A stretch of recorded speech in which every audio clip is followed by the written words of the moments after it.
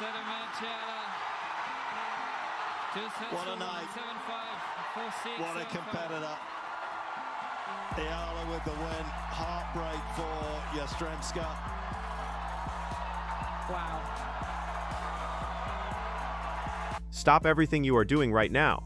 What you are looking at on this screen right now isn't just a simple box score from Court 3.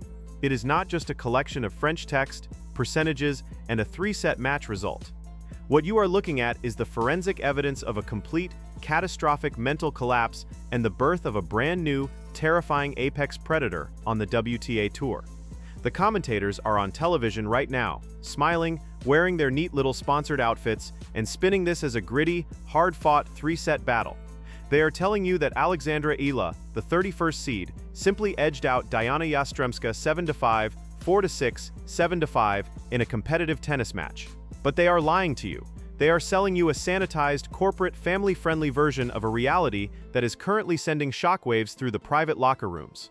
We are receiving explosive behind-the-scenes reports from multiple insiders, elite swing coaches, and sports psychologists that the professional group chats are currently an absolute war zone. The arrival of these specific numbers hasn't just ruffled feathers, it has set the entire tennis establishment on fire. While the public statements are all great fight today and on to the next tournament, the reality behind closed doors is being described as a toxic, volatile mix of pure disbelief, blinding panic, and absolute undeniable fear of what Alexandra Eala is doing to her opponents' minds. The veteran players, the ones who have controlled the narrative, the prize money, and the primetime slots, are exploding. They are seething and terrified because they have just realized, staring at these exact statistics, that Alexandra Eala didn't just physically beat Yastremska. She broke her soul. She subjected her to a level of psychological warfare so profound, so suffocating, that it caused one of the most aggressive players on tour to completely short-circuit on the baseline. And the most terrifying part for the rest of the locker room, there is absolutely nothing they can do to prepare for it. The numbers do not lie. This wasn't just a win, it was a mental execution broadcast live on Court 3.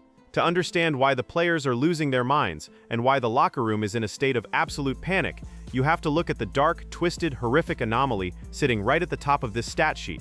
Look at the double faults, I need you to brace yourself, because this number is going to haunt the dreams of every professional tennis player tonight. Dayana Yastremska committed 15 double faults. I am going to repeat that so it permanently burns into your memory. 15 double faults. In traditional professional tennis, a double fault is a sin. It is a moment of mechanical failure. If you hit 3 or 4 in a match, your coach is going to have a serious conversation with you.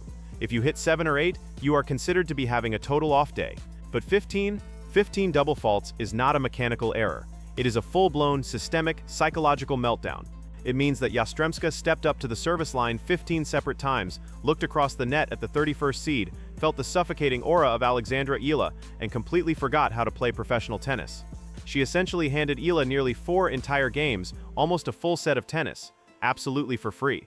Do you understand the psychological terror of that? Eala didn't even have to swing her racket to win 15 points. She just stood there, completely unbothered, while a veteran player self-destructed out of pure unadulterated pressure.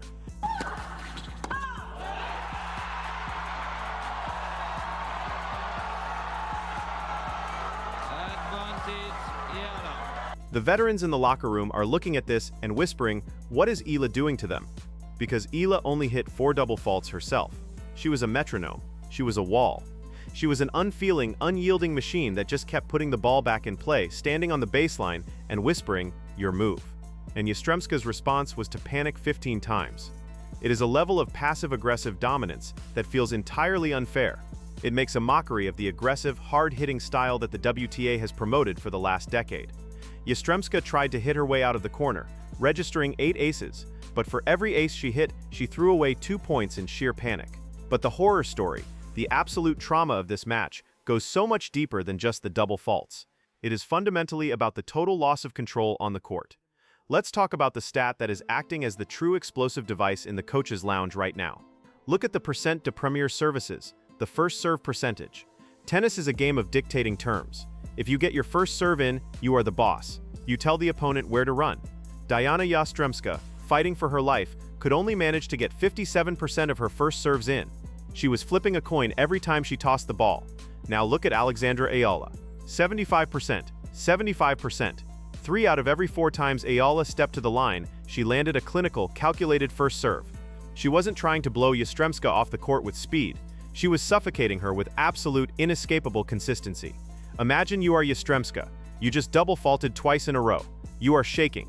You finally get to receive Eala's serve, praying for a free point, hoping for a second serve to attack.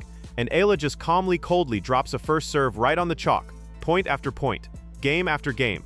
Eala won 58% of her first serve points and a staggering 60% of her second serve points. Eala was actually more lethal on her second serve than Yastremska was on her first serve, which sat at 67%, but dropped to a miserable 46% on the second. Do you see the matrix code behind these numbers? Eala eliminated the concept of vulnerability. When Yastremska had to hit a second serve, she lost the point more than half the time, 46% win rate. She was bleeding out. When Eala had to hit a second serve, she won 60% of the time. Eala took the weakest part of the tennis game, the second serve, and turned it into an offensive weapon, while Yastremska's second serve became a guaranteed death sentence. This is what is terrifying the top 10 players in the world right now.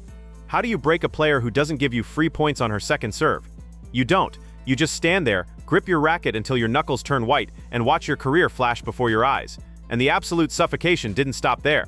The established stars in the group chats are pointing to the balls to break points as proof that this wasn't just a match, it was a prolonged, 3-set torture session.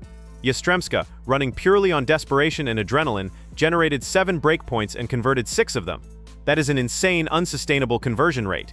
It means Yastremska was playing lottery tennis, hitting wildly on big points and hoping they landed. But look at Eala. Alexandra Eala generated 14 breakpoint opportunities. 14 times, Eala had her foot directly on Yastremska's throat. 14 times, Yastremska had to look over the net and realize she was one mistake away from losing her serve. Even though Eala only converted 7 of them, the sheer volume of pressure is what caused the 15 double faults. Eala wasn't just trying to win the match, she was systematically dismantling Yastremska's central nervous system. She kept knocking on the door, over and over and over again, until the hinges completely snapped. Let's look at the absolute bottom of the stat sheet, the final nail in the coffin. Points de réception gagnée, receiving points 1. Yastremska won 42 points on Eala's serve, but Alexandra Eala, she won 59 receiving points. 59 times, Eala stood on the receiving end of a professional tennis serve, neutralized it, and took the point. She was reading Yastremska's mind. She knew where the ball was going before Yastremska even tossed it. She won a 113 total points to Yastremska's 109 point, to 113 total points to Yastremska's 109. It was a razor-thin margin on paper, 7-5, 4-6, 7-5, but in the trenches, it was a massacre. Eala won 18 total games to Yastremska's 16.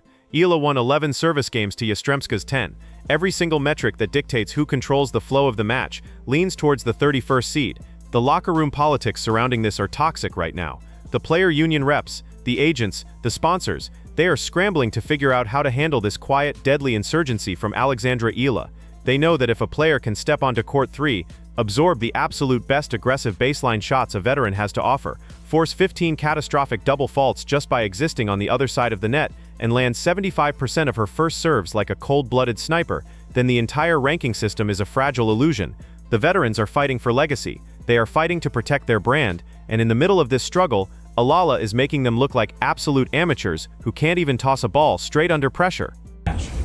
It means the world to have this community behind me in such a prestigious tournament. And for them to make the effort to stay up late and stay in the cold and cheer me on. So the word being thrown around in the private WhatsApp groups is inevitable. The veterans feel that they built the castle brick by brick for years, but Eala has found the master key. She isn't overpowering them, she is outsmarting them, she is outlasting them, she is turning their own power against them. They are furious because this creates a completely new paradigm that the WTA hasn't seen since the days of peak counterpunchers, but evolved for the modern era. You have the established players grinding in the gym, trying to add 5 miles per hour to their forehand. And then you have Alexandra Eala, sitting in the locker room, knowing she just extracted 15 double faults from an opponent simply by staring them down and refusing to miss. The conspiracy theories in the player circles are raging out of control.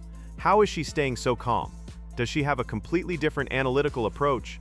Is her coaching team feeding her data that the rest of the tour doesn't have?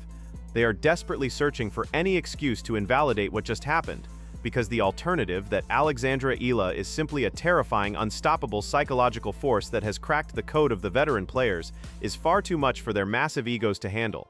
Every time a seeded player steps onto the court to face Eala next month, they are going to be sweating before the coin toss. They are going to be thinking about Yastremska's 15 double faults. The target on the back of the establishment just got 10 times bigger, and it is painted directly by Alexandra Eala. So the question is, how does this actually affect the locker room dynamic for the rest of the season? Can you really build tournament confidence when everyone knows a 31st seed is walking around the grounds who can mentally break you into a million pieces? The divide is real. The tennis establishment is exploding because they are watching the hierarchy of power crumble in real time, point by agonizing point, on the outer courts. Alexandra Eala isn't just a rising star anymore. She is the boogeyman of the WTA Tour, the ultimate mirror that reflects every single insecurity a tennis player has, and the rest of the locker room is just living in her nightmare. I need to know your take on this player reaction. Are the veterans right to be absolutely terrified of this stat line?